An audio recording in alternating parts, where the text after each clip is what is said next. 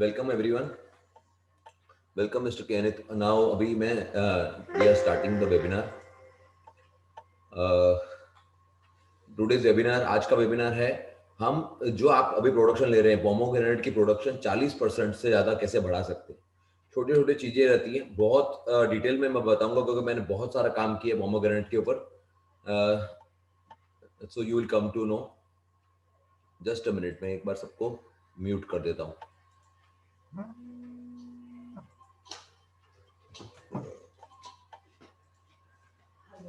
या छोटा सा इंट्रोडक्शन मेरे बारे में.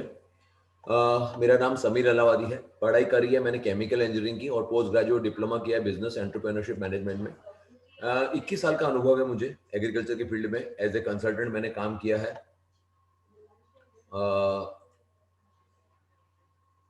एक मिनट. या मेरी खुद की कंपनी है उत्कर्ष एग्रोकेम प्राइवेट लिमिटेड. मैं कंपनी का टेक्निकल डायरेक्टर, टेक्निकल एस्पेक्ट्स देखता हूँ. एंड लास्ट 21 साल में मेरा मेजर जो फोकस रहा है, मैंने मेजर टाइम जो दिया है वो कंसल्टिंग करने पे दिया है, जिसपे मैंने मैंगो, बनाना, पपैया, पोमोग्रेनेट, शुगर केन, चीकू, गुआवा, वेजिटेबल्स, ऑर्गेनिक फार्मिंग में बहुत काम किया है. दूसरा मैं IIM जम्मू के जो स्टूडेंट्स हैं, मैनेजमेंट स्टूडेंट्स, उनके लिए मैं रेगुलरली गेस्ट लेक्चर लेता हूँ. साथ में मैं EDI के लिए भी लेता हूँ, entrepreneurship development institute of India. हमारी company Utkarsh Agrochem range of agriculture products बनाती है. 100% हमारे प्रोडक्ट्स नॉन पॉइजनस हैं, नॉन टॉक्सिक हैं. हमारी कंपनी सूरत स्थित है. और ज़्यादा जानकारी के लिए आप हमारी वेबसाइट www.utkarshagro.com, utkarshagrochem.com, utkarshagrotech.com पे लॉग इन कर सकते हैं. आप लोग सब चैट बॉक्स में लिख सकते हैं कि आपने ये प्रोग्राम क्यों ज्वाइन किया है. मैं अभी चैट बॉक्स देखूंगा, बाद में आपका जो भी क्वेरी आए वो आप चैट बॉक्स पे लिखते जाना. एंड में आपका पूरा हर सवाल का जवाब दूंगा. क्यों आपने ज्वाइन किया है और आपके मेजर कंसर्न क्या है पोमोग्रेनेट फार्मिंग करने में.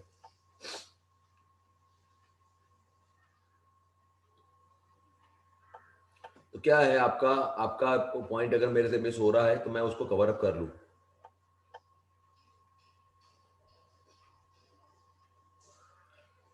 ये हमारा प्रोग्राम पूरा हिंदी में जाएगा. सारा का कंटेंट इंग्लिश में लिखा हुआ है. आप हिंदी, इंग्लिश, गुजराती किसी में भी पूछ सकते हैं.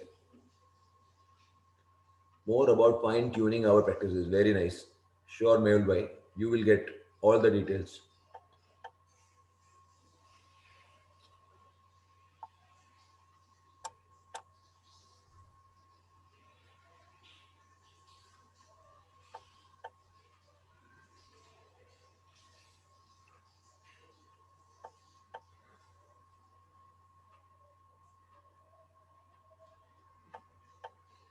Okay, we'll move ahead.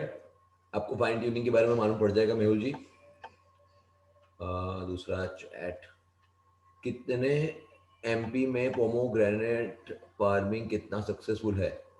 Understand about increasing yield in product pomegranate farming. Yash ji, आपको भी मालूम पड़ेगा कितना सक्सेस है. आपको पिंटू कुमार जी, आपको पता चलेगा कि पोमो कैसे हो सकता है, क्या नहीं हो सकता. मतलब अगर आपके यहाँ हो रहा है तो सक्सेसफुल होगा ही होगा. उसमें आपको बहुत फाइन पॉइंट्स पता चल जाएंगे.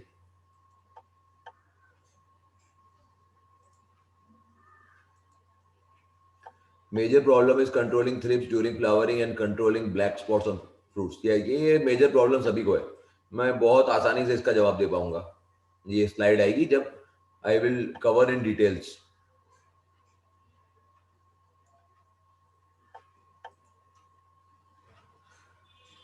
हम आज जो देखने वाले हैं, क्या क्लाइमेट रहता है, क्या सॉइल रहती है, इसके लिए सोइंग करते हैं, न्यूट्रिशन रिक्वायरमेंट क्या है. मेजर मैं पूरा एक टॉपिक कवर करूंगा फ्लावरिंग के ऊपर. मेरा ऑलरेडी एक वीडियो है यूट्यूब के ऊपर पूरा फ्लावरिंग के ऊपर. आज इस वाले प्रेजेंटेशन में भी कवर करूंगा.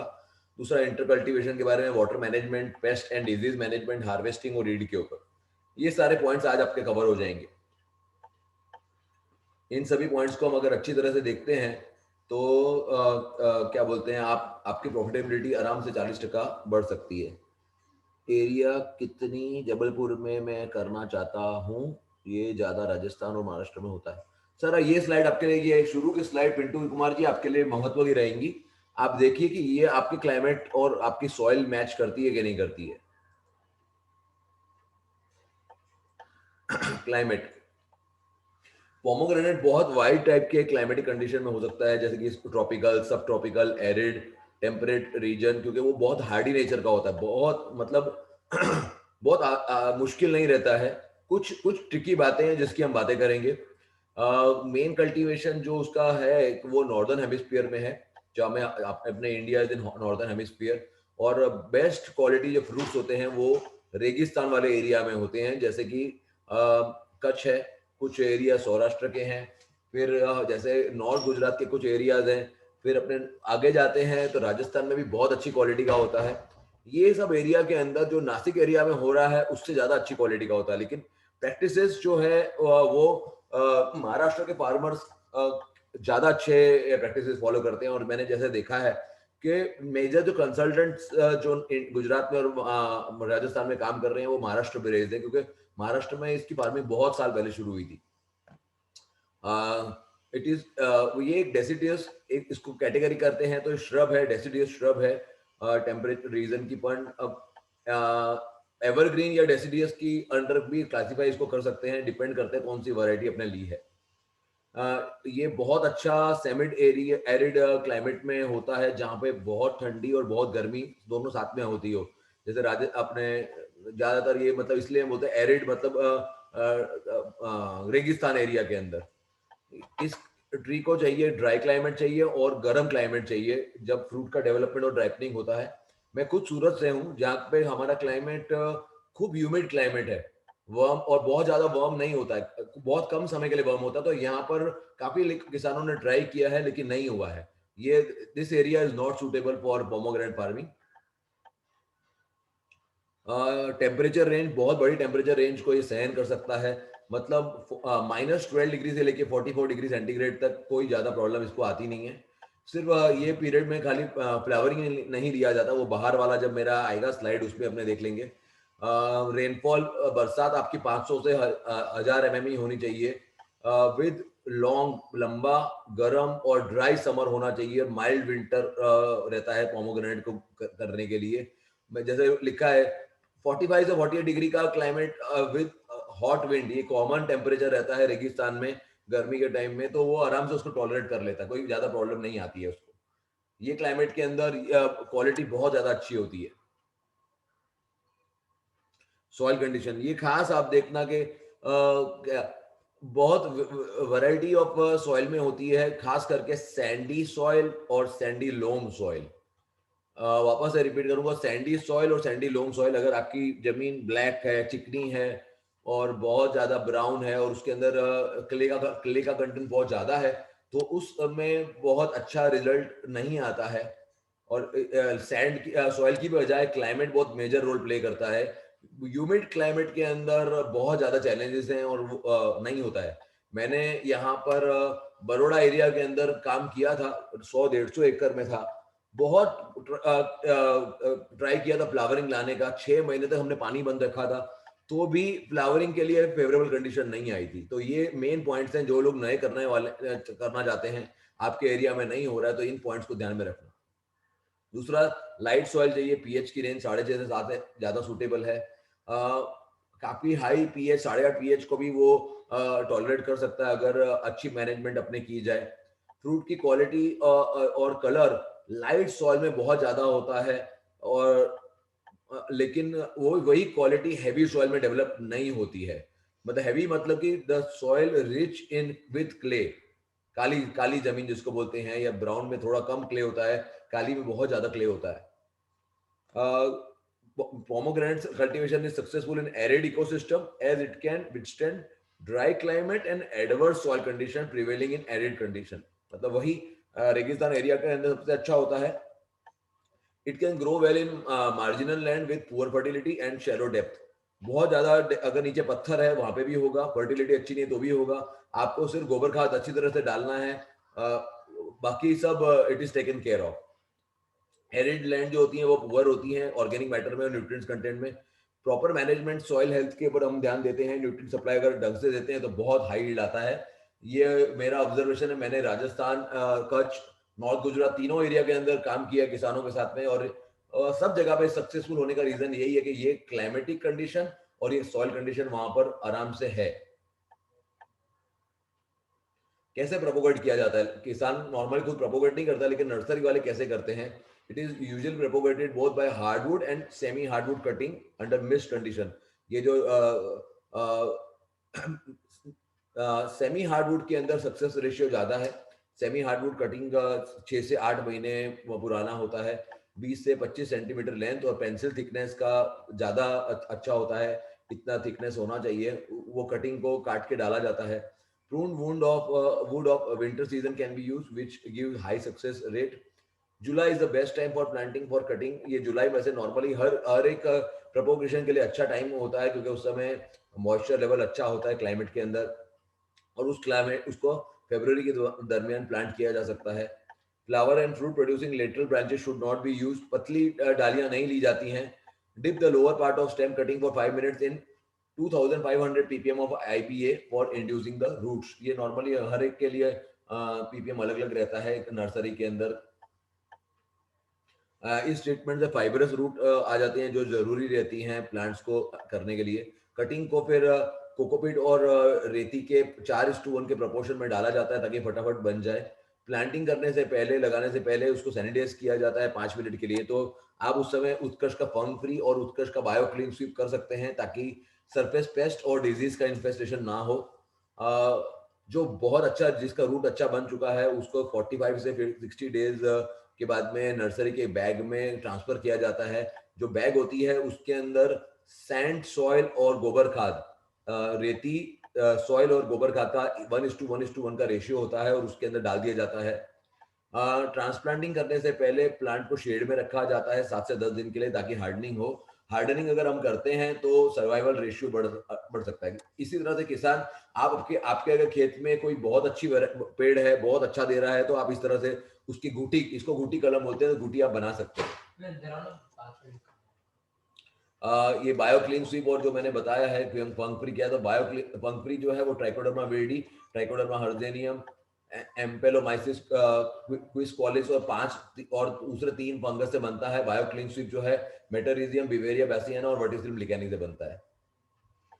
लेकिन सक्सेसफुल मैंने देखा कि गुटी गुटी के अंदर काफी सारे डाईबैक का प्रॉब्लम ज्यादा आता है। उसकी वजह टिश्यू कल्चर काफी अच्छा रहता है, उसका स्कोप ज्यादा है। जो टिश्यू कल्चर से प्लांट लिए जाते हैं वो कमर्शियली सक्सेसफुल हैं, क्योंकि वो डिजीज फ्री रहते हैं, कोई इन्फेक्शन नहीं होता है। सारे के सारे प्लांट का जो ग्रोथ रहता है ये वो यूनिफॉर्म रहता है, और एक साथ में फ्लावरिंग और फ्रूटिंग आता है। तो सभी पेड़ों पे सेम क्वालिटी सेम क्वांटिटी आता है, इसलिए अच्छा रहता है। दूसरा, जो प्लांट्स होते हैं वो नेमेटोड फ्री रहते हैं। विल्ट और ब्लाइट के चैलेंजेस ज्यादा नहीं रहते हैं, क्योंकि पूरा का पूरा जो प्रक्रिया रहती है टिश्यू कल्चर की, वो इस तरह से रहती है कि कोई भी डिजीज ना कैरी फॉरवर्ड हो।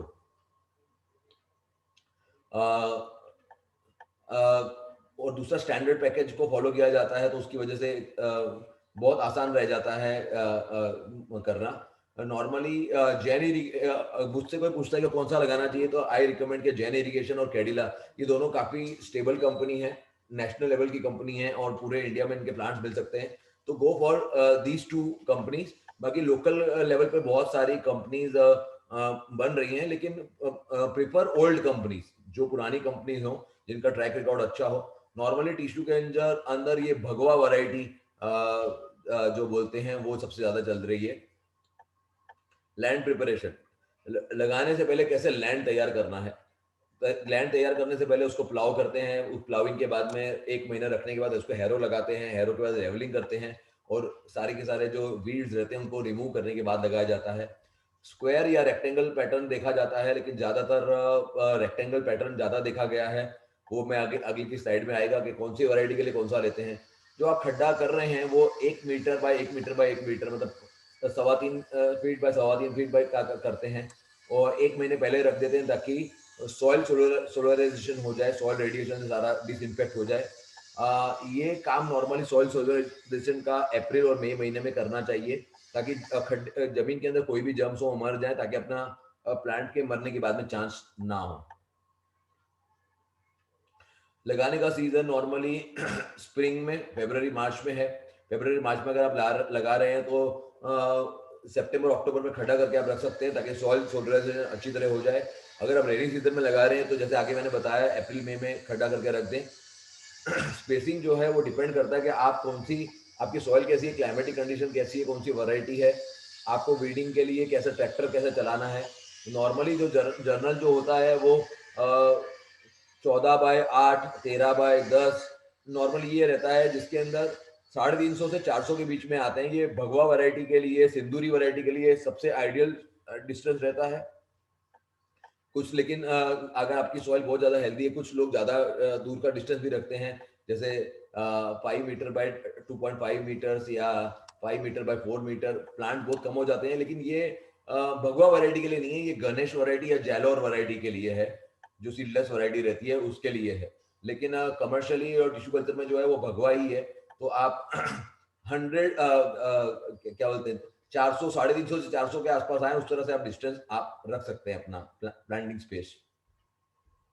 कैनोपी मैनेजमेंट 6 से 8 महीने के बाद में जो स्ट्रक्चर बनना शुरू होता है वो 2 से 3 साल तक उसका स्ट्रक्चर अच्छा बन जाता है। जो नीचे की जो ब्रांचेस रहती हैं, शुरू में हम काटने के लिए नहीं बोलते, लेकिन 6 से 8 महीने के बाद नीचे की ब्रांचेस को निकालने के लिए बोलते हैं। कम से कम जमीन से लेकर 30 से 40 सेंटीमीटर तक कुछ भी जो ब्रांचेस होती हैं उसको पूरी की पूरी निकाल दी जाती हैं। उसको निकालने का रीजन भी ये रहता है ताकि जमीन में कोई बोरर आ गया है, कुछ आ गया तो हमें दिखाई दे जाए। पूरा नीचे से क्लीन रखना चाहिए। और क्या बोलते हैं, नीचे जो सपोज करो कि आपने ग्रो कर डाला है, तो जो पोमोग्रेनेट फ्रूट रहता है वो जमीन को टच हो जाता है तो वो नुकसान करता है, इसलिए नीचे की पूरा निकाल देते हैं।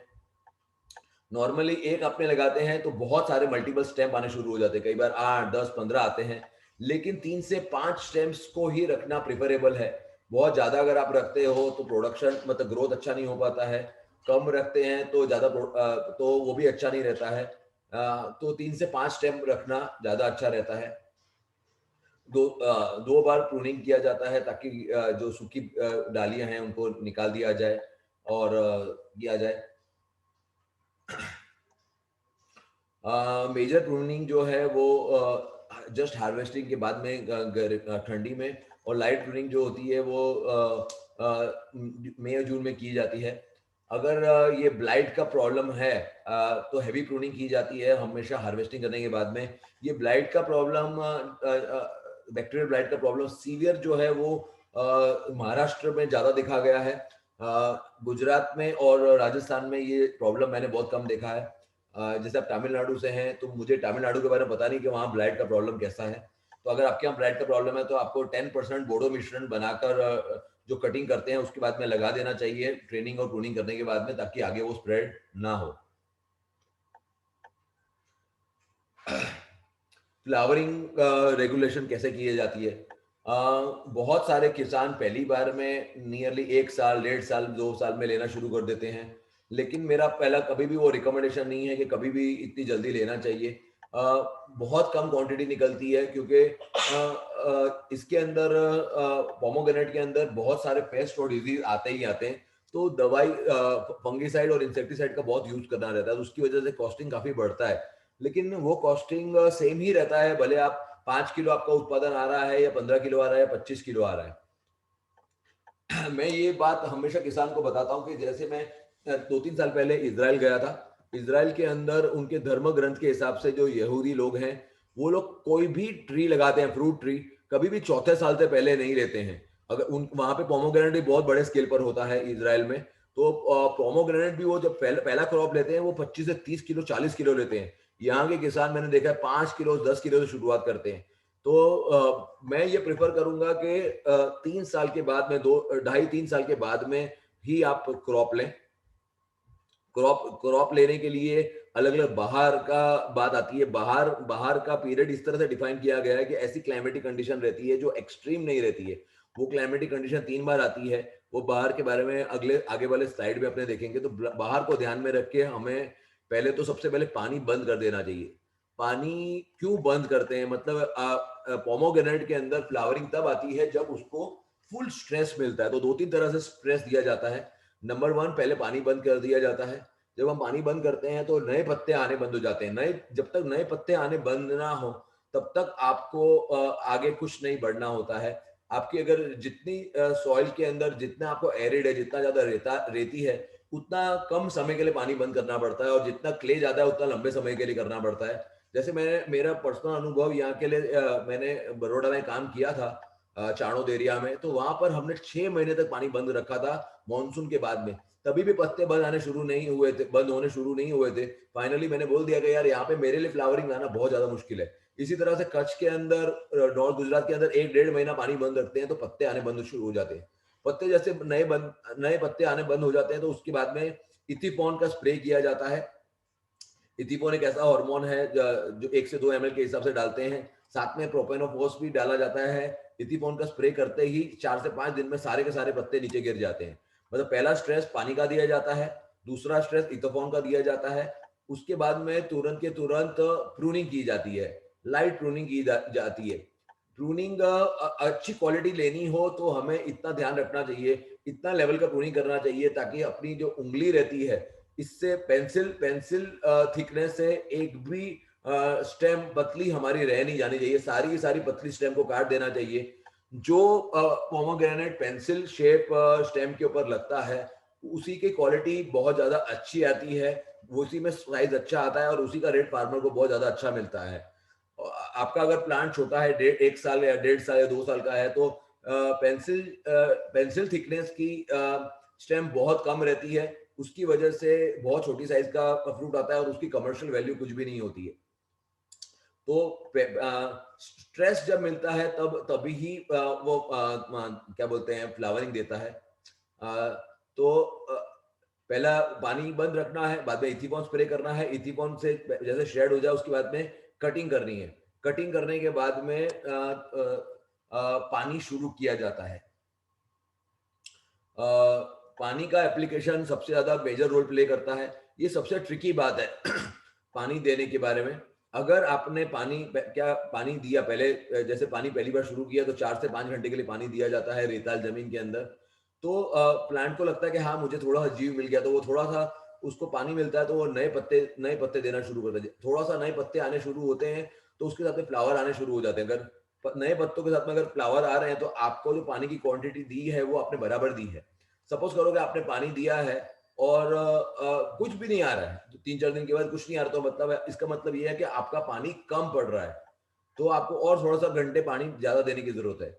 और अगर आपने पानी दिया और सिर्फ जोरदार लीव आने शुरू हो गए तो समझ लेना कि आपने ज्यादा पानी दे दिया है। आपको पानी वहीं पे स्टॉप कर देना है और आगे पानी नहीं देना है। इतना ही पानी देना है कि हमेशा प्लांट स्ट्रेस में रहे। प्लांट जब तक स्ट्रेस में रहेगा तो ही वो फ्लावरिंग देगा। अगर बहुत सारे किसान को ये ट्रिक नहीं आती है, उस वजह से वो फ्लावरिंग अच्छा नहीं ले पाते हैं और वो उनका क्रॉप उस सीजन में फेल हो जाता है। तो सबसे ट्रिकी पार्ट फ्लावरिंग लेने के लिए फर्टिलाइजर मैनेजमेंट तो है ही, मैं जो आपको फर्टिलाइजर का शेड्यूल दूंगा वो है ही, लेकिन पानी का मैनेजमेंट सबसे ज्यादा इंपॉर्टेंट है।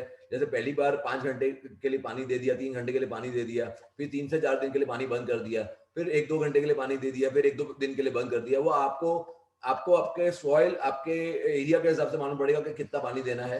प्लांट स्ट्रेस में रहेगा तो कंप्लीट फ्लावरिंग देता रहेगा। फ्लावरिंग नॉर्मली कमर्शियली 45 से 60 डेज तक, 45 से 60 दिन तक जो आती है, वो सबसे कमर्शियली एक साथ में आती है।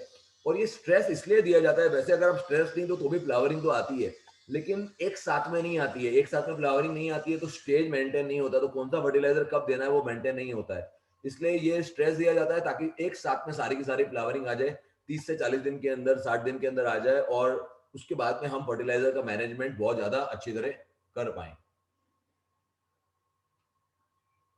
जो फ्रूट्स जो होते हैं वो 4 से 5 महीने के बाद में तैयार होना शुरू हो जाता है हार्वेस्ट के लिए।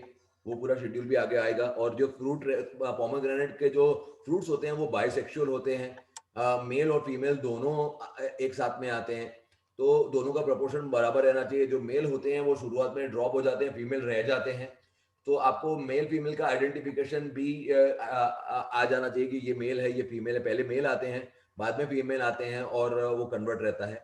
अब ये हमें बाहर को समझने की जरूरत बहुत ज्यादा है कि यही पीरियड के अंदर हमें लेना चाहिए फ्लावरिंग। तो नॉर्मली थियोरेटिकली 3 बहार को डिफाइन किया गया है। जैसे फरवरी मार्च में जो फ्लावरिंग लेते हैं उसको अम्बे बहार कहा जाता है।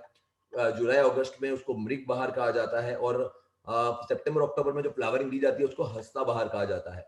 अगर आप ये देखेंगे तो ये तीनों के तीनों टाइम पे क्लाइमेट कभी भी एक्सट्रीम नहीं होता। एक्सट्रीम मतलब बहुत ज्यादा ठंडी नहीं होती, बहुत ज्यादा गर्मी नहीं होती।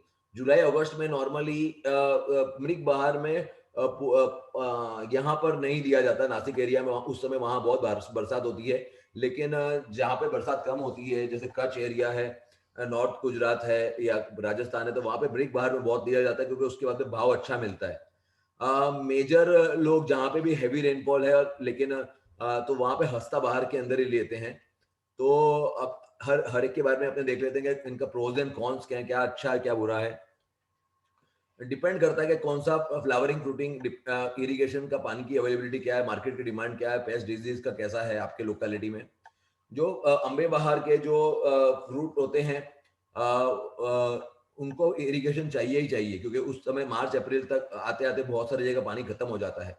तो वो आपके पास पूरे पानी की फैसिलिटी है तो ही करना, क्योंकि उसकी हार्वेस्ट जून अगस्त में रहती है। तो पानी का अवेलेबिलिटी अच्छा रहना चाहिए। क्योंकि फ्रूट का डेवलपमेंट ड्राई मंथ्स में होता है तो साइज और कलर बहुत ज्यादा अच्छा नहीं होता, क्योंकि धूप लगने के चांसेस ज्यादा होते हैं और ईल्ड भी लो रहता है। इस पीरियड का जो फ्रूट रहता है वो मैंने देखा कि दो दाने रहते हैं वो अंदर से व्हाइट कलर के होते हैं, लाल दाने भी कन्वर्ट नहीं होते हैं भगवा वैरायटी के अंदर।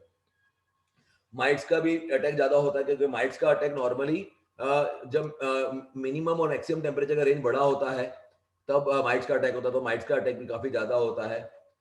नॉर्मली अम्बे बहार को बहुत बहुत ज्यादा गर्म वाले विस्तार के अंदर नहीं लिया जाता है। मृग बहार के अंदर जो क्रॉप रहता है वो दिसंबर से फरवरी में हार्वेस्ट किया जाता है। नॉर्मली ये फेवरेबल मानसून के हिसाब से रहता है कि मानसून खत्म होता है उसके बाद पानी नहीं दिया जाता है, और उसके बाद बहुत ज्यादा पानी नहीं देते हैं और क्रॉप आराम से आ जाता है। और जो ये नॉर्मली महाराष्ट्र में मैंने जैसे बोला है कि ये महाराष्ट्र के अंदर मृग बहार के अंदर ही फ्रूट लिया जाता है। जो फ्रूट रेनी सीजन में डेवलप होते हैं और फिर विंटर्स में मैच्योर होते हैं। तो ये बाहर नॉर्मली एरिड और सेमी एरिड एरिया में किया जाता है क्योंकि लिमिटेड पानी की अवेलेबिलिटी रहती है। जो हस्ता बहार के जो फ्रूट्स रहते हैं वो मार्च अप्रैल के अंदर उसका हार्वेस्टिंग किया जाता है। तो वो बहुत सबसे अच्छी क्वालिटी हस्ता बहार के फ्रूट्स की आती है।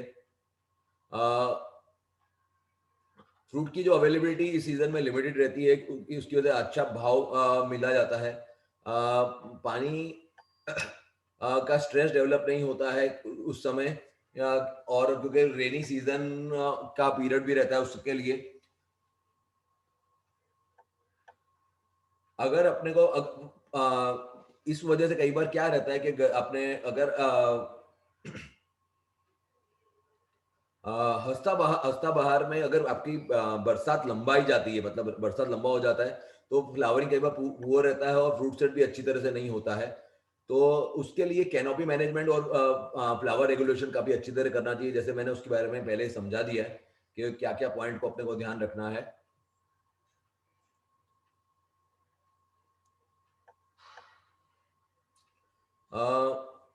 हॉट एरिड एरिया अगर आपका है तो सितंबर अगस्त सितंबर में फ्लावर लेना ज़्यादा अच्छा रहता है, क्योंकि उस समय माइल्ड क्लाइमेटिक कंडीशन होती हैं। इरिगेशन उसके लिए मई जून में बंद रखा जाता है और लाइट प्रूनिंग की जाती है, जैसे मैंने समझाया दिया आगे कि फिर उसके इथरल का दिया जाता है। कुछ लोग डीएपी को भी डाल के स्प्रे करते हैं, कुछ लोग इथरल के साथ में जैसे मैंने बताया प्रोपेनोपोस का भी स्प्रे करते हैं। साइज और कलर उस समय अच्छा रहता है लाइट कलर वैरायटी में, जैसे जालोर सीडलेस वैरायटी रहती है उसकी कलर अच्छा रहता है। जो फ्लावर डी ब्लॉसमिंग ऑफ मतलब जो फूल का गिरने का जो रहता है वो पीरियड ज्यादा बेनिफिशियल रहता है, उसकी वजह से यील्ड और क्वालिटी दोनों ज्यादा अच्छी आती है।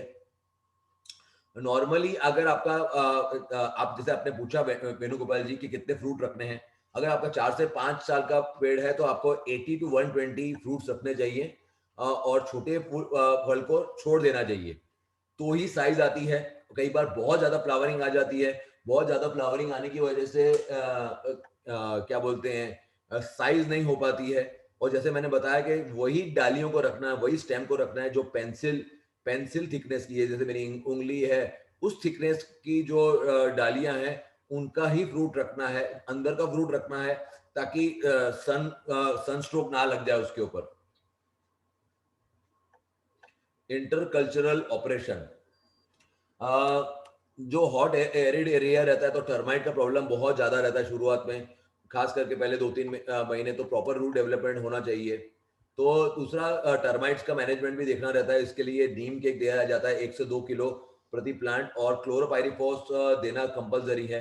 नहीं तो टर्माइट्स प्लांट को बड़े होने नहीं देते हैं। रेगुलरली अपने को इरिगेशन देना है, वीडिंग करना है। डीसकरिंग मतलब कि जो भी एक्स्ट्रा डालियां निकल रही है उनको रेगुलर निकालते जाना है। शक्कर को जितना हो सके उतना जल्दी निकाल देना चाहिए, ताकि बाकी जो अपना मेन जो प्लांट है वो बड़ा हो। जैसे शुरू में मैंने बताया 3 से 5 प्लांट्स को आप रख सकते हैं, बाकी सबको आपको रिमूव करते रहना चाहिए। प्रॉपर सैनिटेशन खास जरूरी है, ताकि ऑर्चर्ड वीड से फ्री रहे। और अगर आप क्या बोलते हैं क्लेई ह्यूमिड क्लाइमेट में है तो बैक्टीरियल ब्लाइट का और प्रॉब्लम बहुत ज्यादा रहता है। नेमेटोड्स का प्रॉब्लम तो सभी जगह देखा गया है, जहाँ पे भी रहती है वहां पे भी बहुत नेमेटोड्स का प्रॉब्लम है। तो उसको होस्ट को हमेशा अपने दूर करते रहना चाहिए। रेगुलरली हमें कल्टीवेशन करते रहना चाहिए ताकि अपना प्लांट डिजीज फ्री रहे। जो भी ड्राइड ब्रांचेस हैं, इन्फेक्टेड फ्रूट्स हैं, उनको रेगुलर निकाल देना चाहिए, उनको जला देना चाहिए, ताकि डिजीज और पेस्ट का जो भी इनोक्यूलम है वो अंदर रह ना जाए, सीड अंदर रह ना जाए। जो प्रूनिंग करने के लिए प्रूनिंग सिकेटर्स जो हैं उसको भी रेगुलरली सोडियम हाइपोक्लोराइड के अंदर स्टरलाइज करते रहना चाहिए, ताकि एक डाली से दूसरी डाली पे अपना आगे डिजीज ट्रांसफर ना हो। सोडियम हाइपोक्लोराइड जो लेना है वो 2.5% वाला लेना चाहिए। इरिगेशन मैनेजमेंट, एरिड और सेमी एरिड एरिया में जो रहता है उसमें लिमिटेड इरिगेशन की फैसिलिटी रहती है, इसलिए ऑप्टिमल अच्छे फ्रूट की क्वालिटी के लिए इरिगेशन की बहुत प्रॉपर रहना चाहिए। इरिगेशन शेड्यूल को इस तरह से मैनेज करना रही है ताकि पानी ज़्यादा ना हो जाए, कम ना हो जाए। तो खास करके पानी की बिल्कुल भी कमी नहीं रहनी चाहिए पॉलिनेशन के समय, फ्रूट सेट के समय, डेवलपमेंट के समय। दूसरा, अगर जब फ्रूट मैच्योर हो रहा है और उस समय अगर पानी की कमी रह जाती है तो उस समय फ्रूट के अंदर क्रैकिंग आना शुरू हो जाता है, और क्रैकिंग वाला फ्रूट मार्केट के लिए अंदर कंप्लीटली अनसुटेबल हो जाता है। वाटर की जो मैनेजमेंट रहती है, कितना पानी देना चाहिए, तो वो डिपेंड करता है कि आपकी पौधे की एज क्या है, कौन सा सीजन है, कैसा क्या लोकेशन है, आप मैनेजमेंट प्रैक्टिसेस क्या फॉलो कर रहे हो। आपने फ्लैट जमीन पे लगाए हैं प्लांट्स के, आपने बेड पे लगाए हुए हैं, तो drip irrigation is the must. Drip irrigation के बिना कभी भी काम नहीं करना चाहिए। अगर आपको कमर्शियली सक्सेसफुल पोमोग्रेनेट उगाना है तो ड्रिप इरिगेशन करना चाहिए। और बेड के ऊपर, अगर आपकी जमीन बहुत ज्यादा रेताल है तो आपको बेड के ऊपर ही सब कुछ करना चाहिए। ड्रिप की वजह से पानी की सेविंग 60% होती है और यील्ड आराम से 30 से 35% ज्यादा बढ़ जाती है। ड्रिप इरिगेशन के अंदर इस तरह से रखा जाता है कि जैसे पौधा जब लगाया जाता है तो पहले वाला जो ड्रिप लाइन रहती है उसमें 2 से 4 एक्सेलर ड्रिपर लगाए जाते हैं। जैसे ही पौधा जब बड़ा हो जाता है तो इनलाइन ड्रिपर भी उसके बाद में लाइन लगा दी जाती है।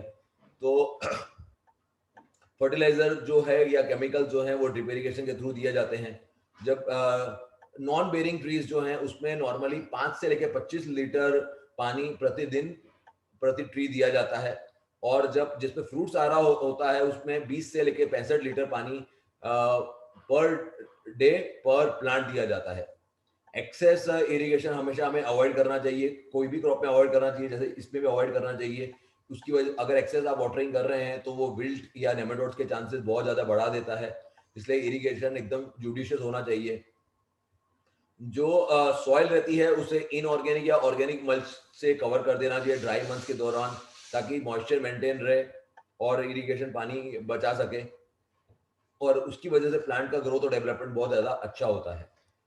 एक बहुत अच्छी बात जो है पानी के बारे में कि 8 DS पर मीटर तक का ईसी सहन करता है। नॉर्मल क्रॉप 0.7 से 0.8 भी नहीं करते, लेकिन पोमोग्रेनेट जो है वो 8 DS पर मीटर तक करता है। नारायण जी, मैं आपको लास्ट में जवाब दूंगा। आपका जो भी क्वेरी है वो आप लिख दीजिए चैट बॉक्स के अंदर, या लिख के रख लीजिए, लास्ट में जवाब दूंगा। मैंने कच्छ के अंदर 4.5 ईसी के पानी में भी सक्सेसफुल सक्सेसफुली पोमोग्रेनेट करते हुए किसान को देखा है। न्यूट्रिशन मैनेजमेंट, सॉइल की अच्छी हेल्थ, प्रॉपर प्लांट के ग्रोथ, फ्रूट यील्ड और क्वालिटी के लिए जरूरी है। जो भी उसके जो रूट सिस्टम रहते हैं वो ऊपर में 50 से 60 सेंटीमीटर सॉइल में रहते हैं। 1 मीटर के स्टेम के हिसाब से, 1 मीटर का अगर स्टेम है तो 50 से 60 सेंटीमीटर में रूट्स पूरे फैले रहते हैं। जो मैन्योर और फर्टिलाइजर दिया जाता है वो रिंग फॉर्म में दिया जाता है, और फर्टिलाइजर देने के बाद में उसको सॉइल से कवर कर दिया जाता है, तो ताकि जो भी फर्टिलाइजर हम दे रहे हैं तो उसमें कोई भी लॉस ना आए। जो रिकमेंडेड डोज और फर्टिलाइजर जो है वो नॉन बेरिंग के लिए वो 3 डोजेज में दिया जाता है। हाँ, मैं तो जैसे पहले बोला था अभी वापस बोल रहा हूँ कि 3 साल तक आपको फ्रूट नहीं लेना चाहिए। इस तरह से स्प्लिट डोज के अंदर फर्टिलाइजर दे देना चाहिए जनवरी, जून और सितंबर के अंदर। फुल्ली ग्रोन ट्री है, 5 साल और उससे ज्यादा है तो 40 किलो फार्म यार्ड मैन्योर, 625 ग्राम, ये पूरा चार्ट आगे आने वाला है, उसके अंदर पूरा का पूरा कवर हो जाएगा। 1/3 मैन्योर प्रूनिंग के बाद तुरंत देना चाहिए। जो बाकी का 2/3 जो बचता है उसको मैन्योर फर्टिलाइजर के साथ देना चाहिए, फ्लावरिंग से पहले देते हैं। नॉर्मली जब पानी बंद कर रहे होते हैं, पानी बंद कर देते हैं, और जब नए पत्ते आने बंद होते हैं उस समय ये फर्टिलाइजर देना चाहिए।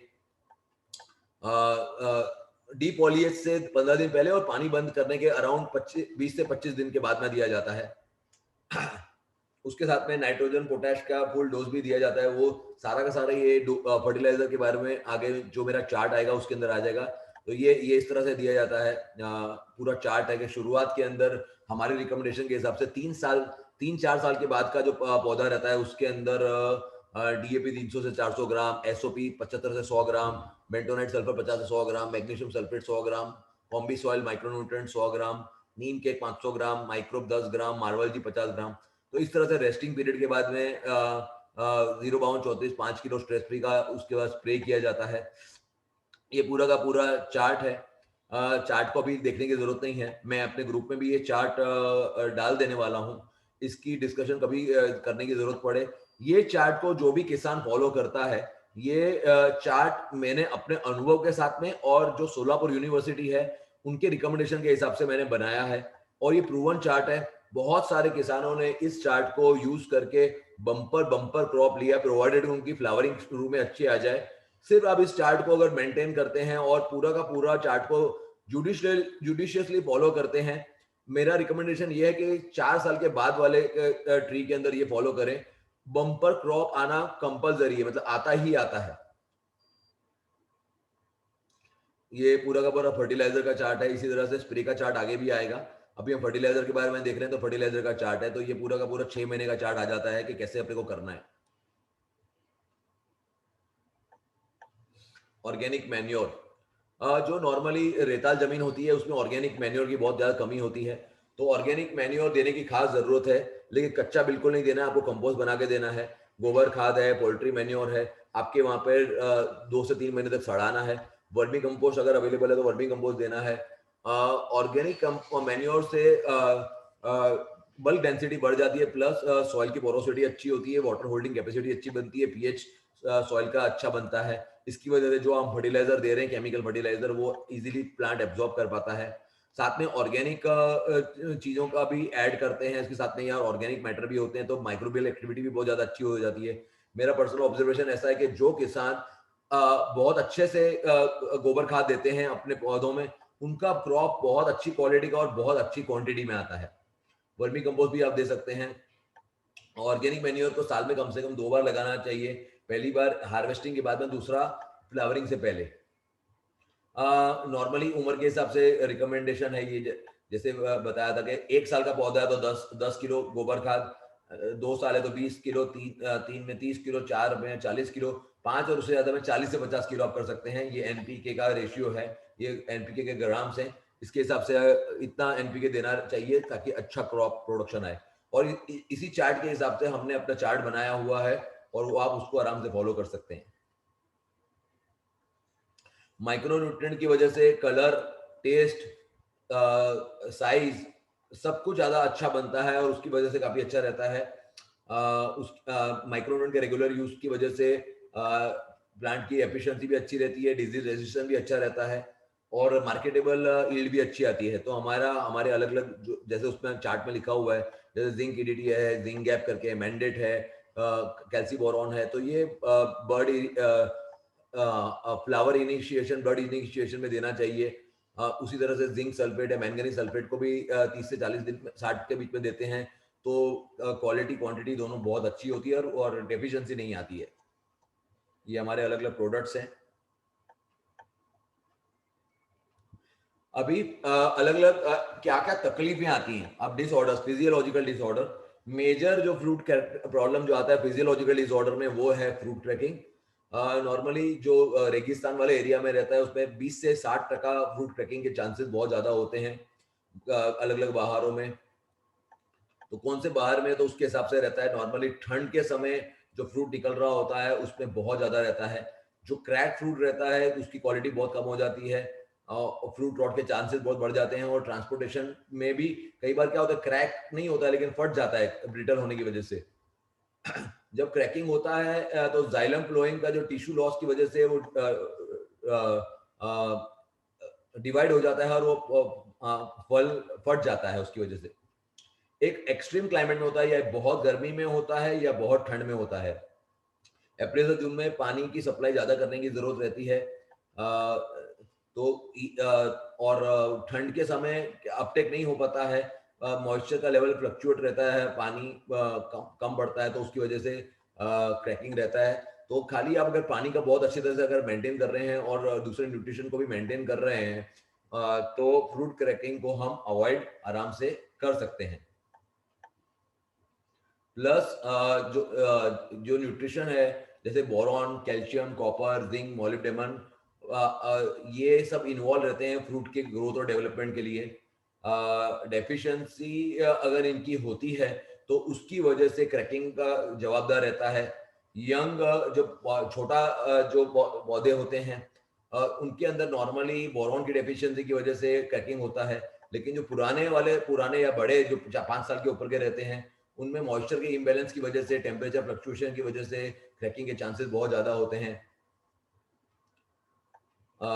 तो उसके लिए हमारा जो प्रोडक्ट है उत्कर्ष का भीम प्लस 20 ppm के हिसाब से, और कैल्सी बोरॉन या एफ एनहांसर। कैल्सी बोरॉन जो है वो amino acid based calcium boron है, और जो उत्कर्ष का एफ एनहांसर है वो 100% ईडीडीए बेस्ड कैल्शियम मैग्नीशियम बोरॉन का कॉम्बिनेशन है, जो साइज बड़ा करने के लिए करता है।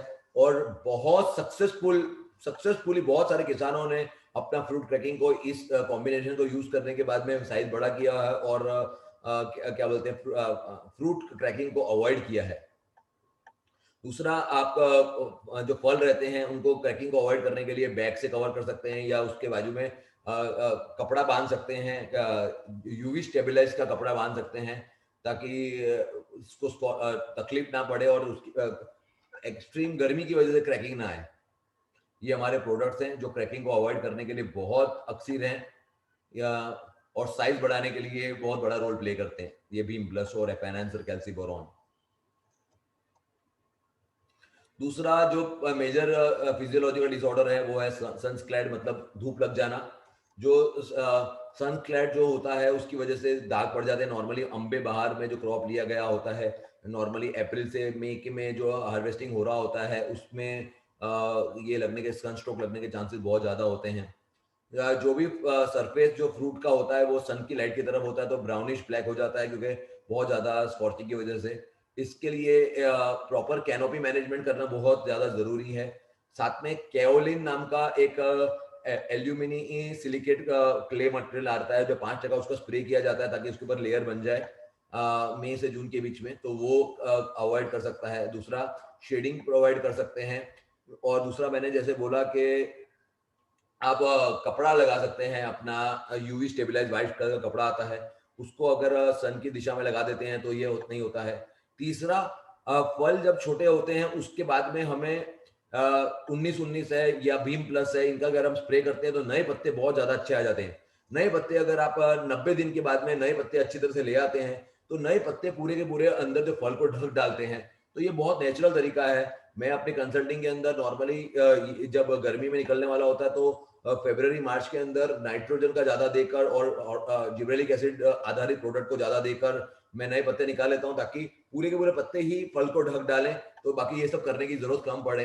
नए पत्ते अगर ढक देते हैं तो ये सन स्कैल्ड या सन स्कॉर्चिंग का प्रॉब्लम बहुत कम हो जाता है। बैगिंग को भी कर सकते हैं, जैसे आगे मैंने बताया क्रॉप कवर भी कर सकते हैं। जैसे क्लवर है या लेग्यूम्स है जो ऊंचे होते हैं, शर्ण बन रहा है, तो उनको भी कर सकते हैं, तो उसकी वजह से भी स्कॉर्चिंग को बचाना रहता है मेजर। व्हाइट कलर बैग्स का जो मैंने बोला वो यूवी स्टेबलाइज लेना बहुत जरूरी है। यूवी स्टेबलाइज नहीं लेंगे, कोई भी कई किसानों को मैंने सूरत में बनी हुई वेस्ट साड़ियां लगाते हुए देखा है, तो वो वेस्ट साड़ी बहुत ज्यादा अवॉइड नहीं करती है, क्योंकि वो यूवी स्टेबलाइज नहीं होती है। वो एरिल ब्राउनिंग, अंदर दाने ब्राउन कलर के हो जाते हैं। ये नॉर्मली तब होते हैं, किसान कई बार क्या करता है कि भाव नहीं मिल रहा होता है, भाव नहीं मिल रहा होता तो बोलता है कि चल मैं लेट हार्वेस्ट करूंगा और लेट करूंगा। जितना आपने लेट कर रहे हो उसकी वजह से बिना किसी डिजीज से अंदर के दाने ब्राउन होने शुरू हो जाते हैं और अंदर सड़ने शुरू हो जाते हैं। तो एक बार मेच्योरिटी आ जाए तो आपको हार्वेस्टिंग करना शुरू कर देना चाहिए। हार्वेस्टिंग की प्लानिंग पहले से करनी चाहिए, लेकिन आपको हार्वेस्टिंग डिले नहीं करना चाहिए, नहीं तो ये दाने आपके सड़ जाएंगे। तो नॉर्मली भगवा वैरायटी के अंदर 170 टू 180 डेज के अंदर हार्वेस्टिंग हो जाती है, और जैलोर सीडलेस में 140 से 150 दिन में हो जाती है। तो उसके हिसाब से आपको हार्वेस्टिंग करना लेना चाहिए, और ताकि ये एरिल ब्राउनिंग ना हो। अभी हम देखेंगे अलग अलग पेस्ट और डिजीज। जैसे आपने बताया था मेहता जी, थ्रिप्स। थ्रिप्स सबसे डेंजरस पेस्ट है, जिसको हमें खास करके शुरुआत के डेज में कन्वर्ट करना चाहिए। जैसे ही हमारी फ्लावरिंग आ जाती है, फ्लावरिंग आपने इतना छोटा छोटा फल के ऊपर ही जब थ्रिप्स अवॉइड करना चाहिए, इतने से आपका छोटा सा फ्लावरिंग आ गया है, अराउंड आपने पानी चालू किया तो 20-25 दिन के आसपास में फ्रूट नाना छोटा सा आना शुरू हो जाता है। तो उस पीरियड से लेकर 60 दिन 70 दिन तक आपको कम से कम 3 से 4 बार अलग अलग इंसेक्टिसाइड का यूज करना होता है, ताकि थ्रिप्स कंप्लीटली कंट्रोल रहे। सेम टेक्निकल का यूज नहीं करना होता। ये नॉर्मली इस साइज में ही थ्रिप्स लग जाती है, बाद में बड़े होकर वो इस तरह का दिखना शुरू हो जाता है। ये जो लाइन रहती है ये बाद में नहीं होती है, पहले 50-60 दिन में करना चाहिए। इसके लिए 2-3 चीज़ों का ध्यान रखना चाहिए कि थ्रिप्स ना आए। तो वही मिर्ची है, प्याज है, गार्लिक है, बैंगन है, टमाटर है, इनको कभी भी नहीं उगाना चाहिए। फिर अलग अलग जो पेस्टिसाइड रहती हैं थ्रिप्स को कंट्रोल करने के, जैसे इमिडाक्लोरोपिड है, एसीपेट है, फिर अपने एबामेक्टिन है, फिर हमारी उत्कर्ष की थ्रीपोज है, नीम ऑयल है, हमारा बायो क्लीन स्वीप है। तो ये सब अलग अलग टेक्निकलों का यूज करके हमारा चार्ट भी है, जिसके अंदर हम लोग रिकमेंड भी करते हैं कि अलग अलग क्या कितने क्या करना है। तो हर 7 से 10 दिन में आपको स्प्रे करना ही करना है, भले थ्रिप्स आपको दिख रही हो या ना दिख रही हो। एक बार फल इतना बड़ा हो जाता है, उसके बाद अगर थ्रिप्स आ जाती है तो आपको बहुत चिंता नहीं करना चाहिए। उसके बाद में कभी भी फ्रूट की क्वालिटी नहीं बढ़ती है। थ्रिप्स नॉर्मली किसी भी फ्रूट के अंदर पतली छाल के समय ही नुकसान करती है, बाद में वो ज्यादा नुकसानकारक नहीं होता है। ये हमारे जो खास प्रोडक्ट है 100% ये बायोलॉजिकल प्रोडक्ट है, ये हमारा नेचुरल प्रोडक्ट है थ्रिप्स को कंट्रोल करने के लिए। माइट्स। माइट्स नॉर्मली अप्रैल से अक्टूबर के बीच में, जब भी एक्सट्रीम क्लाइमेट होता है, दिन में बहुत ज्यादा गर्मी, रात को बहुत ज्यादा ठंड, उस समय माइट्स बहुत ज्यादा देखी जाती है, बहुत एक्टिव होती है। तो माइट्स की वजह से भी फ्रूट की क्वालिटी बिगड़ जाती है। तो हमें माइट्स को भी कंट्रोल करना बहुत ज़्यादा ज़रूरी है। उसके लिए आप प्रोपैरगेट है, स्पाइरोमेस्टिन है, डाइकोफोल है, अलग अलग कर सकते हैं। दूसरा उत्कर्ष का माइटोज करके आता है, उसका आप यूज़ कर सकते हैं। नीम ऑयल का आप यूज़ कर सकते हैं, तो उससे माइट्स का कंट्रोल बहुत ज़्यादा अच्छा रहता है। फ्रूट बॉरर। फ्रूट बॉरर जो होता है वो ब्राउनिश वायलेट कलर का जो होता है, वो अंदर घुस जाता है। अंदर जो एडल्ट रहता है वो अंदर जाके अंडा दे देता है, और उसकी वजह से एक पूरा का पूरा फ्रूट को वो खराब कर डालता है। तो जब हम उसको खोल के देखते हैं तो उसके अंदर फंगस सड़ा हुआ हो जाता है और बहुत गंदी स्मेल छोड़ रहा होता है, और बाद में वो फ्रूट ड्रॉप हो जाता है। उसको कंट्रोल करने के लिए जो भी आपको इन्फेक्टेड फ्रूट होल दिखाई दे, तो वो इन्फेक्टेड फ्रूट को दूर कर देना चाहिए। होस्ट प्लांट जो रहता है फ्रूट का, जैसे गुआवा है, टेमरिंड है, उसको आसपास में नहीं नहीं लगाना चाहिए। कवर कर देना चाहिए अगर आपके एरिया में बहुत ज़्यादा है तो फ्रूट को कवर कर देना चाहिए बैग से। फिर अलग अलग चीज़ों का स्प्रे करना चाहिए, जैसे डेल्टा मेथ्रिन है, नीम ऑयल है, मेलाथियोन है, उन सब का स्प्रे करना चाहिए। इवन उत्कर्ष का बायो क्लीन स्वीप भी बहुत ज़्यादा यूजफुल है कंट्रोल करने के लिए।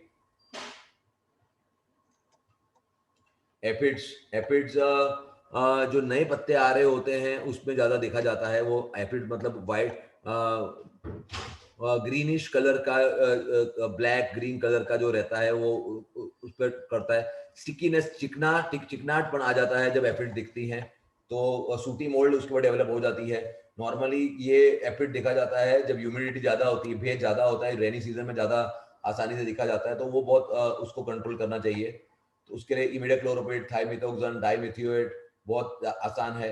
ऑर्नामेंटल प्लांट्स का उपयोग नहीं उगाना चाहिए आसपास में रोज जैसे, उसकी वजह से एफिड्स बहुत ज़्यादा बढ़ते हैं। इवन उत्कृष्ट का बायो क्लीन स्वीप भी एफिड्स को कंट्रोल करने में बहुत आसान रहता है, मतलब काम करता है। फ्रूट फ्लाई को कंट्रोल करना चाहिए। जैसे आपका फल 120 दिन का हो गया है, 120 दिन पानी चालू किए हो गए हैं, तो आपको फ्रूट फ्लाई को कंट्रोल करना चाहिए, नहीं तो फ्रूट फ्लाई अंदर पूरी की पूरी क्वालिटी को खराब कर देती है और बड़े बड़े स्केल पर करती है। तो इसको कंट्रोल करने के लिए आपको फ्रूट ट्रैप्स लगाने चाहिए, मिथाइल यूजेनॉल आधारित 5 ट्रैप प्रति एकड़ लगाने चाहिए। और उसकी वजह से अगर वो लगाने के बावजूद भी अगर कंट्रोल नहीं हो रहा है, तो इंसेक्टिसाइड अवेलेबल है फ्रूट फ्लाई को कंट्रोल करने के लिए, उसका स्प्रे करने की जरूरत पड़ती है। फ्रूट सकिंग मॉथ बहुत डेंजरस पेस्ट है अगस्त से अक्टूबर के बीच में। और इसको कंट्रोल करना बहुत जरूरी है। 2 दिन के अंदर सारे के सारे, मैंने देखा है कि काफी किसानों को 2 दिन में 3 दिन के अंदर पूरा का पूरा क्रॉप को खत्म कर डालता है, और पूरा पंचर करके कर देता है। ये मानसून के बाद के पीरियड में देखा जाता है। तो इसके लिए हमें अपने आसपास में लेंटेना कैमरा या कैस्टर को लगा देना चाहिए अगस्त उस समय। दूसरे अपने को है ना बायर्स लगाने रहते हैं, जिसमें मटके के अंदर क्या बोलते हैं, सड़ा हुआ कोई भी फल लिया जाता है या जैगरी ली जाती है, सड़ा हुआ केला होता है, उसके अंदर मेलोथियन डाल दो, डीडीपी डाल दो, बड़े बड़े, और लाइट लगा दी जाती है। लाइट तो रात के समय वो वहां पर आ जाता है और वहां पर पकड़ा जाता है। उस बॉर्डर पे सब जगह लगा देना होता है। अगर और इसके लिए अगर ये अटैक होता है तो किसानों को पता भी नहीं चलता है और सारा का सारा क्रॉप खत्म कर डालता है। तो ये बायर्स लगा देना चाहिए। और दवाई स्प्रे करने से भी नहीं होता, क्योंकि ये जो मौत है वो रात के समय ही आता है। तो रात को इसका कंट्रोल करना होता है। अगस्त आते ही ये बायर्स लगा देने चाहिए ताकि अपना क्रॉप बच जाए। स्टेम बोरर, स्टेम बोरर जो है वो स्टेम के ऊपर होल, छोटे छोटे होल कर देते हैं, ऐसे व्हाइट कलर का ये रहता है। इसके लिए इसको कंट्रोल करने के लिए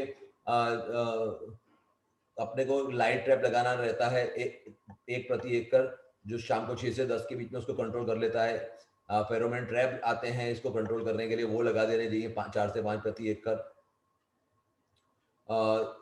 दूसरा जो प्रीडेटर क्रॉप्स जो रहते हैं, डेमसिल बग, स्पाइडर, इन सबको लगा दिया, इन सबको छोड़ा जाता है बहुत कम। मैंने ये प्रैक्टिकल नहीं है, थियोरिटिकल है, मैंने किसानों को करते हुए देखा नहीं कभी। ये शॉर्ट होल बोरर, बहुत छोटे छोटे छेद हो जाते हैं जिसमें स्टेम के ऊपर होते हैं। मैंने जैसे शुरू में बताया था कि नीचे से 2-2.5 फुट का पूरा साफ रखते हैं, ताकि ये बोरर हमें पता चल जाए कि नॉर्मली जमीन के ऊपर से होता है। ये अगर बोरर हो जाता है तो प्लांट धीमे धीमे करके मर जाता है। ये बोरर अगर हमें दिख जाए तो हमें क्लोरोपाइरीफॉस का ट्रंक के ऊपर ड्रेंचिंग करना चाहिए, या ट्राइडोमॉर्फ का 1 ml के हिसाब से करना चाहिए, और कार्बेडिज्म का और मोनोक्रोटोफॉस का ड्रेंचिंग करना चाहिए। इसके साथ में अपने पेस्ट के अंदर गेरू के साथ में क्लोरोपाइरीफॉस को मिक्स करके भी हम लगा सकते हैं, ताकि ये अंदर हो जाए। साथ में हम नीम तेल का 1500 ppm नीम तेल का भी 3 ml के हिसाब से करते हैं, तो भी ये स्टेम बोरर कंट्रोल हो जाती है। टेल्ड मिलीबग भी देखने को मिलती है। मिलीबग की वजह से सब ड्रॉपिंग हो जाता है। अगर आपको कहीं भी दिखाई दे मिलीबग, तो उस पौधे को निकाल देना चाहिए। उसके कंट्रोल करने के लिए ट्राइजोफोस है, फोसलिन है, नीम ऑयल है, उनका स्प्रे करना चाहिए। साथ में क्राइटोमेनियस मॉन्ट्रीज और ये बीटल्स अगर अवेलेबल हैं तो वो 10 प्रति ट्रीज छोड़ने की जरूरत पड़ती है। उत्कर्ष का बायो क्लीन स्वीप 4 ml प्रति लीटर के हिसाब से भी बहुत अच्छा रिजल्ट देता है। टर्माइट्स जैसे शुरू में बताया था, शुरुआत के पौधों में टर्माइट्स दीमक पूरा नुकसान कर देता है, तो उसको कंट्रोल करने के लिए नीचे पूरा कचरा सफाई रखना चाहिए, कुछ भी कचरा नहीं रह जाना चाहिए। नॉर्मली टर्माइट्स दीमक तब आता है कुछ जब कुछ सूखा कचरा जमीन में पड़ा हुआ रहता है, तो जो भी सूखी लकड़ियां हैं, सूखा फल है, वो सब निकाल देना चाहिए। और मेलाथियोन का या उत्कर्ष का टर्मिनल आता है, टर्मिनल से भी टर्माइट्स पूरे दूर हो जाते हैं। साथ में मैंने जैसे शुरू में बताया था कि पौधे को 1 से 2 किलो नीम केक देना चाहिए, उसके बाद इरिगेशन देना चाहिए, तो उससे भी दीमक दूर रहती है। ड्रेंचिंग कर सकते हैं क्लोरोपाइरीफॉस का पौधे के हिसाब से, और 3 से 5 ही डंडे रखने चाहिए जैसे शुरू में बताया था, ताकि बहुत ज्यादा नहीं रखने चाहिए, तो टर्माइट्स का कंट्रोल रहे। ये हमारा उत्कर्ष का टर्मिनल है, जो मेटारिजियम पैसिमोमाइसिस और बिवेरिया बैसियाना का है, टर्माइट्स को कंट्रोल करने के लिए बहुत ज्यादा इफेक्टिव है। ब्लाइट बहुत डेंजरस क्या बोलते हैं डिजीज है, जिसमें इसको तेलिया रोग भी कहा जाता है। लेकिन महाराष्ट्र में ज्यादा देखने को मिली है, जैसे शुरू में मैंने बताया। गुजरात में बहुत कम, खास करके कच्छ में तो मैंने बिल्कुल नहीं देखी है, इवन राजस्थान में भी बहुत ज्यादा देखने को नहीं मिली है। स्पॉट्स आने शुरू हो जाते हैं पत्ते के नीचे के भाग में, और बाद में वो फल के ऊपर भी वो दिखने शुरू हो जाते हैं, फल के ऊपर क्रैकिंग शुरू हो जाती है, सड़ना शुरू हो जाता है। नॉर्मली ये बैक्टीरिया जो है वो बरसातों के बाद में देखना शुरू करता है, इसलिए नॉर्मली नासिक एरिया के अंदर चौमासे में क्या बोलते हैं मॉनसून में नहीं लिया जाता है फल। ये अलग अलग उसके सिम्टम्स के फोटोग्राफ्स हैं। ये तेलिया, तेल के जैसे तेल लगाया हुआ उसलिए उससे रॉट्स हो जाते हैं, इसलिए उसको तेलिया कहा जाता है। इसको मैनेजमेंट करने के लिए मृग बहार में नहीं लेना चाहिए। अगर आपको मृग बहार में दिखा तो आपको अम्बे बहार या अस्ता बहार में क्रॉप लेना चाहिए। जो इन्फेक्टेड पत्ते रहते हैं, डालियां रहती हैं, उनको निकाल देना चाहिए, जला देना चाहिए। ब्लीचिंग पाउडर का उपयोग करना चाहिए हर 3 से 4 महीने में 25 ग्राम प्रति लीटर पानी। दूसरा, सोडियम हाइपोक्लोराइड से जो भी हम अपने वो जो सिकेटर्स हैं, हमारे जो प्रूनिंग टूल्स हैं, उसको हाई सोडियम हाइपोक्लोराइड के अंदर बार बार लगाते रहना चाहिए, और खरपतवार वीड से मुक्त रखना चाहिए अपने को, अपना क्रॉप को। बोडो मिश्रण लगाना चाहिए 10 प्रूनिंग करने के बाद में 10% के हिसाब से। 500 ppm के हिसाब से स्टेप्टोसाइक्लिन सल्फेट का स्प्रे करते रहना चाहिए। अगर आपके यहाँ इंटेंसिटी बहुत ज्यादा है तो करना चाहिए। एक बार स्टेप्टोसाइक्लिन का स्प्रे करना है, एक बार ब्रोनोपॉल का स्प्रे करना है।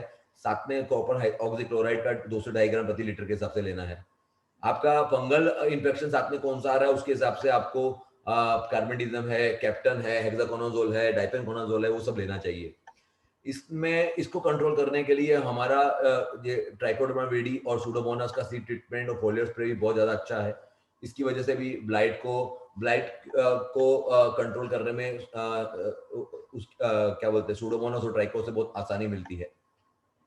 ये हमारा सूडोस का पैकिंग है। इसी तरह से ट्राइकोस का भी आता है लिक्विड पाउडर दोनों में। विल्ट के अंदर पूरा का पूरा पौधा मरना शुरू हो जाता है। पहले पत्ते पीले होते हैं, पत्ते गिरने शुरू हो जाते हैं और एक साथ के साथ पत्ते गिर जाते हैं। तो इसकी मैनेजमेंट के लिए क्या बोलते हैं क्लोरोपाइरीफॉस का कार्बोनिज्म के साथ में या प्रोपिकोनाजोल के साथ में करके 5 से 8 लीटर सॉल्यूशन एक पौधे को दिया जाता है ताकि जड़ों तक पहुंच पाए। या फिर मेटल एक्सिल या और इंडोफिल मतलब M45 जो है मैनकोज है, वो भी काफी बेनिफिशियल पाया गया है इसको कंट्रोल करने के लिए। उत्कर्ष का जो पंखुड़ी है उसके भी रिजल्ट बहुत ज्यादा अच्छे हैं इसको कंट्रोल करने के लिए।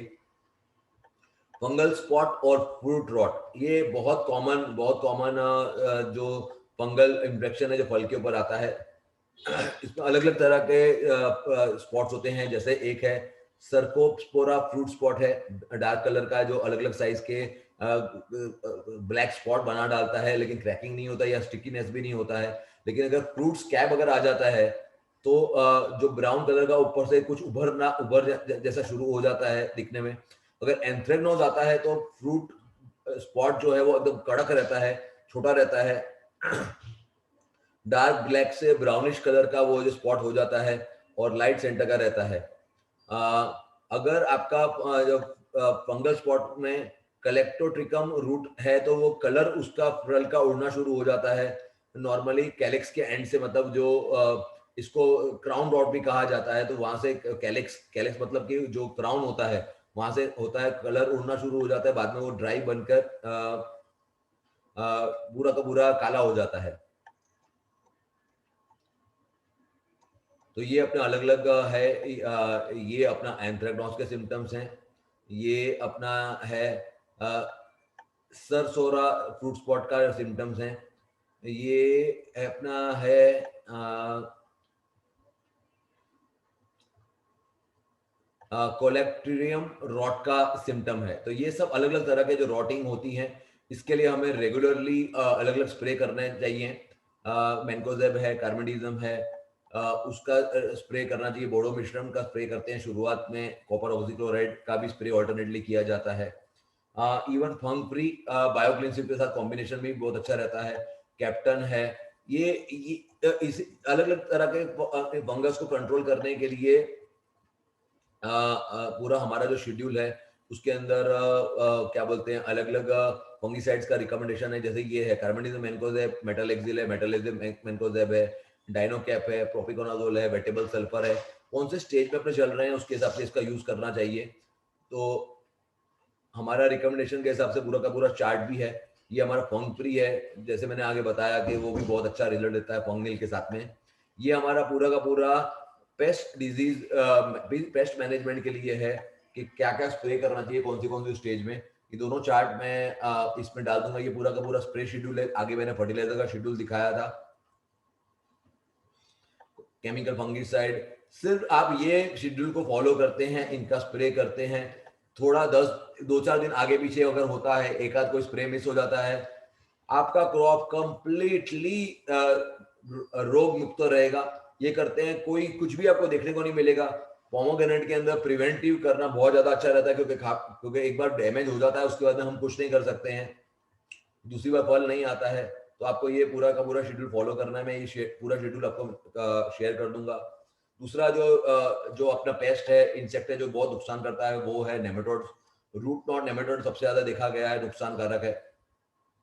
तो ऐसी गोल गोल गांठें आ जाती हैं जड़ों के अंदर, उससे हमें कंट्रोल करने की जरूरत रहती है। उसकी मैनेजमेंट के लिए एक तो स्टरलाइजेशन करना चाहिए लगाने से पहले, और सॉइल को फ्यूमिगेट करके लगाना चाहिए।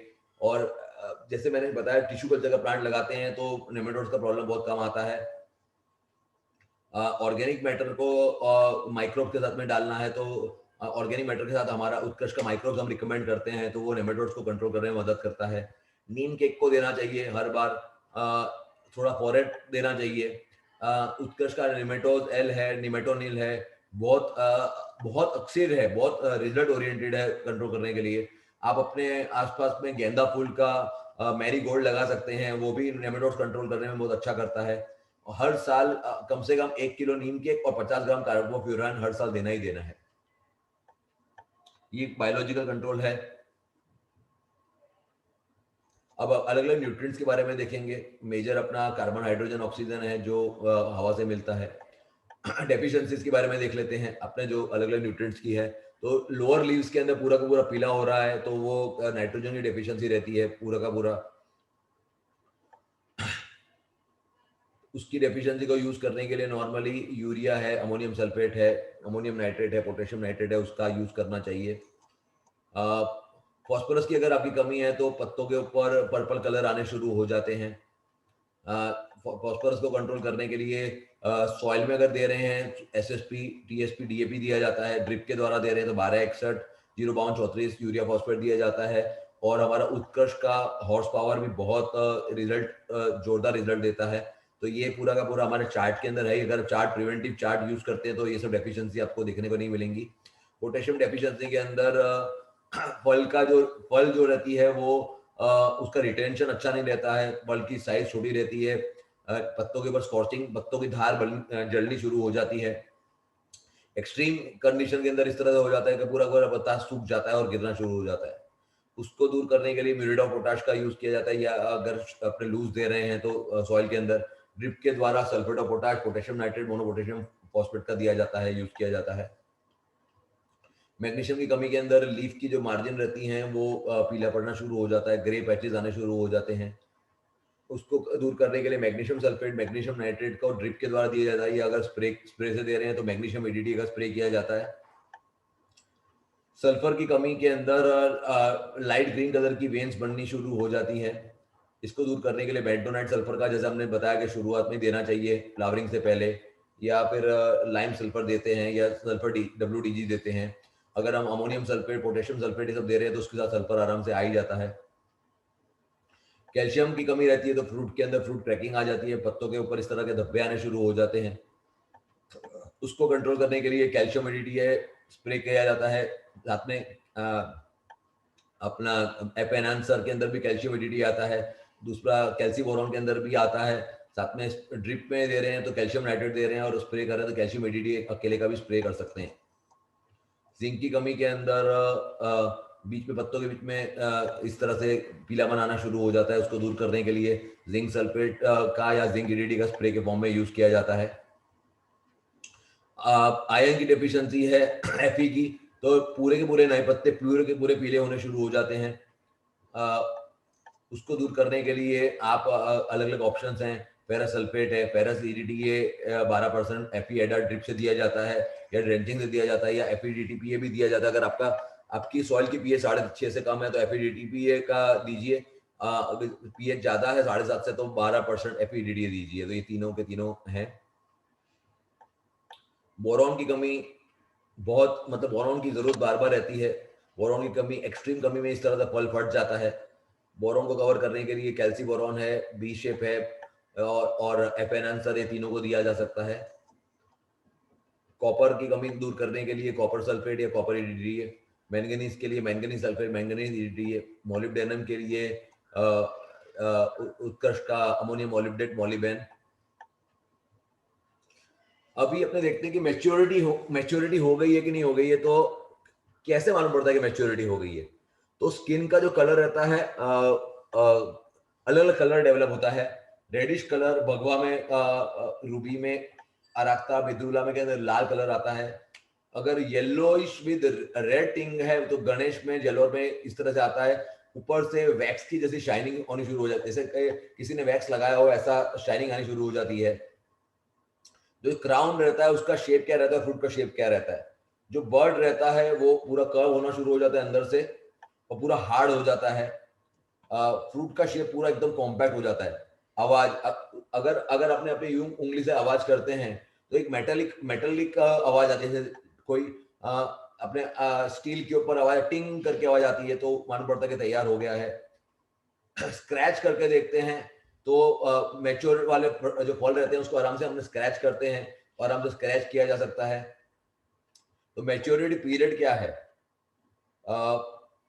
135 से 175 दिन में फल रेडी हो जाते हैं। नॉर्मली भगवा वैरायटी पानी चालू करने से 170 टू 180 डेज में होते हैं। गणेश वैरायटी 145 से 155 दिन में होती है।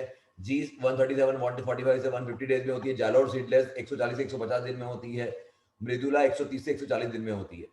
तो ये अलग अलग मैच्योरिटी इंडेक्स है। जूस का कलर कैसा रहता है? तो भगवा में लाल रंग का रहता है। भगवा फूले अकड़ता, मृदुला में लाल रंग का रहता है। गणेश में और जालोर में लाइट पिंक कलर का रहता है। जो उसका TSS ब्रिक्स काउंट रहता है वो 12 से 16 रहता है। एकदम मिठास आ गई होती है। अगर ब्रिक्स काउंट नहीं आया तो अभी फल भी रेडी नहीं हुआ है। एसिडिटी 0.8% से कम रहता है। टाइट्रेशन करके अगर एसिडिटी मापी जाती है उसके जूस की तो 0.8% से कम रहती है। TSS से जो एसिड रेशियो है वो सबसे ज्यादा सबसे रिलायबल इंडिकेटर है मैच्योरिटी का, तो वो 25 से 40 के बीच में रहता है। ये लेबोरेटरी में नॉर्मल इसका टेस्ट होता है। अब हार्वेस्टिंग ग्रेडिंग के बारे में, नॉर्मली सेकेंड ईयर के बाद में फ्लावरिंग शुरू होता है, लेकिन मैंने जैसे बताया चौथे साल में ही लेना चाहिए, तीसरे चौथे साल के बाद ही में ही लेना चाहिए। फ्रूट की हार्वेस्टिंग राइट समय पे सिकेटर या सीजर की मदद से ही करनी चाहिए। अगर जल्दी आप हार्वेस्टिंग कर लोगे तो फ्रूट की क्वालिटी खराब रहेगी, लेट करोगे तो एरिल ब्राउनिंग हो जाएगी, जैसे मैंने अपने आपको फिजियोलॉजिकल डिसऑर्डर में दिखाया था। मैच्योरिटी डिपेंड करता है, वो अपने ऑलरेडी मैच्योरिटी और टीएसएस रेशियो के बारे में हमने आगे देख लिया है। ये अपने ने पूरा चार्ट के अंदर पूरा ये चीज देख ली है। हार्वेस्ट करने के बाद में जो प्लास्टिक क्रेट्स के अंदर रखे जाते हैं और उसके बाद में ग्रेडिंग करने के बाद में उसको कॉर्रुगेटेड बॉक्स के अंदर पैक किया जाता है। तो ये इस तरह से ग्रेडिंग की जाती है। जो क्या बोलते हैं 250 से 300 ग्राम होता है, तो थोड़ा स्पॉट के साथ में तो उसको 12B बोलते हैं। 250 से 300 ग्राम का है और कोई भी स्पॉट फ्री है तो उसको 12A बोलते हैं। 300 से 400 ग्राम को प्रिंस बोलते हैं। 400 से 500 ग्राम को क्वीन कहा जाता है। 500 से 750 ग्राम को किंग कहा जाता है और 750 ग्राम के ऊपर को सुपर कहा जाता है। ये जो तीन हैं 1 2 3 है, इनको नॉर्मली एक्सपोर्ट क्वालिटी कहा जाता है। इसको बहुत अच्छा एक्सपोर्टिंग किया जाता है। ये इसी तरह से कैटेगरी होती है। और 4 5 6 जो रहता है वो नॉर्मली इंडिया के अंदर ज्यादा मिलती है। तो हमारा टारगेट हमेशा क्वीन, मिनिमम क्वीन बनाने का रहना चाहिए। क्वीन अगर 400 ग्राम 500 ग्राम से ऊपर हमारा फल रहता है तो ही हमें रेट अच्छा मिलता है। तो उसके लिए जैसे मैंने शुरू में बोला था कि हमारा हर फल पेंसिल साइज से ऊपर की डाली पे होना चाहिए, बेसिक बात है। उसके ऊपर के फल के ऊपर ही साइज बड़ा होगा। बाकी फल जितनी आपकी डाली थिक रहेगी उतना बड़ा फल तैयार होगा। नॉर्मली 12 से 15 किलो शुरुआत में फल देता है, लेकिन 15 से 20 किलो तो नॉर्मली आता है शुरुआत के में। लेकिन स्पीड बढ़ती रहती है। 25 किलो 30 किलो 40 किलो 50 किलो भी फल आराम से आता है। मैंने कच्छ में देखा है कि इतना 5 साल के बाद के पेड़ में आता है। तो उसके ऊपर देना चाहिए। प्रोसेसिंग के अंदर अनारदाना में उसका यूज किया जाता है। इसका ये हमारा जो रिकमेंडेशंस हैं अलग अलग प्रोडक्ट जो हैं उसको हमने स्लाइड के फॉर्म में बनाया हुआ है कि कौन सा प्रोडक्ट कब यूज करना है। या ये स्लाइड भी मैं आपको अपने ग्रुप में शेयर कर दूंगा कि बर्ड इनिशिएशन में ये सब प्रोडक्ट हमारे यूज किए जाते हैं। फ्लावर सेटिंग के अंदर ये सब हमारे प्रोडक्ट्स करते हैं। पॉलिनेशन में ये सब प्रोडक्ट्स का मदद ली जाती है। ग्राउंड शेप का जब हो जाता है ग्राउंड नट शेप का, उसमें ये सब प्रोडक्ट्स का अपना किया जाता है। क्वालिटी क्वांटिटी के लिए आप हमारे ये रिकमेंडेशंस को काफ़ी अच्छी तरह आप यूज़ कर सकते हैं। हमने बहुत बहुत काम किया है पोमोग्रेनेट के अंदर। हमारे प्रोडक्ट्स अगर आप बड़ी स्केल में लेते हैं तो डायरेक्ट भी आप ले सकते हैं, या आप हमारी वेबसाइट से भी ले सकते हैं, अमेजन से ले सकते हैं। ये हमारे उसके अलावा अलग अलग प्रोडक्ट्स हैं कि हाइड्रोपोनिक्स के लिए मीडिया भी हम लोग बनाते हैं। वाटर सॉल्युबल फर्टिलाइजर की कंप्लीट रेंज है हमारे पास में। फिर नेचुरल प्लांट प्रोडक्ट है, नीम ऑयल बेस्ड है, शील्ड है, थ्रीकोज है, माइटोज है। ये सब पोमोग्रेनेट में बहुत बड़े स्केल पे यूज होते हैं। ऑर्गेनिक फर्टिलाइजर्स भी हम लोग प्रोवाइड करते हैं। पीजीआर बेस्ड फर्टिलाइजर जैसे humic acid, amino acid, seaweed extract, Beam Plus, Fam Gold के बारे में मैं बताना भूल गया। फीमेल फ्लावरिंग का भी बहुत बड़ा प्रश्न रहता है। तो फैम गोल्ड और पैंथर का कॉम्बिनेशन फीमेल फ्लावरिंग लाने के लिए बहुत बड़ा रोल प्ले करता है। तो शुरुआत के ये हमारा जो चार्ट है उसके अंदर इसका रिकमेंडेशन है ही। हमारी कंपनी बायो फर्टिलाइजर की कंप्लीट रेंज बनाती है। बायो पेस्टिसाइड की भी बहुत बड़ी रेंज है हमारे पास में। बायोलॉजिकल के अंदर हमारी जितनी रेंज वाली बहुत कम कंपनीज हैं। ईडीडीए के अंदर भी हमारे पास बहुत अच्छी रेंज है। फर्टिलाइजर एक्वेरियम प्लांट्स के लिए फर्टिलाइजर बनाते हैं। एमिनो एसिड रिलेटेड फर्टिलाइजर्स हैं हमारे, स्प्रेडर्स हैं, पीएच बैलेंसर्स हैं। अभी आपके सवाल हैं तो मैं अभी चैट बॉक्स खोल रहा हूँ। क्वेश्चंस का टाइम है। वेणुगोपाल जी, जैसे आपने पूछा था, मैंने वॉल्यूम के बारे में बता दिया था। आप मैं आपको सबको चैट बॉक्स पे भी लिख सकते हैं। मैं आपको म्यूट करने के लिए भी अलाउ करता हूँ कि आप अनम्यूट करके भी सवाल हिंदी में पूछ सकते हैं, हिंदी इंग्लिश में। मैं आपको जवाब दे दूंगा उसके बारे में।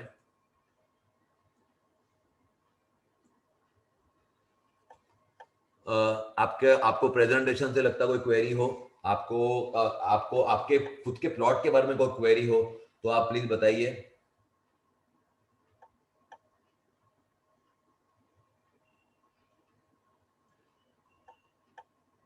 आप अपने आप को अनम्यूट कर सकते हैं और सवाल पूछ सकते हैं।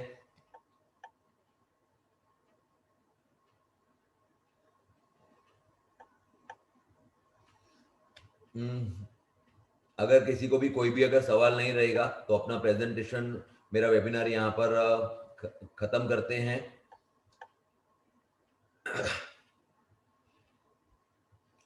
आप लोग मुझे डायरेक्ट कांटेक्ट भी कर सकते हैं। आप लोग सभी अपने व्हाट्सएप ग्रुप में भी हैं। वहाँ पे आपको जो क्वेरी है वो आप उस क्वेरी को व्हाट्सएप ग्रुप के अंदर पूछ सकते हैं, फोटो के साथ में पूछना। तो आपको आप सवाल के बारे में शेड्यूल में वहाँ पे शेयर करूंगा, शेड्यूल के बारे में भी आपको कुछ पूछना हो तो आप वहाँ पे पूछ सकते हैं। Thank you very much, thank you being a good audience. यहाँ पे हम अपना वेबिनार पूरा करते हैं। ये जो वेबिनार है इसकी कॉपी आपको क्या बोलते हैं हम यूट्यूब के ऊपर कल तक रख देंगे। आपको कुछ भी रिपीट देखना हो तो आप देख सकते हैं। Thank you very much everyone.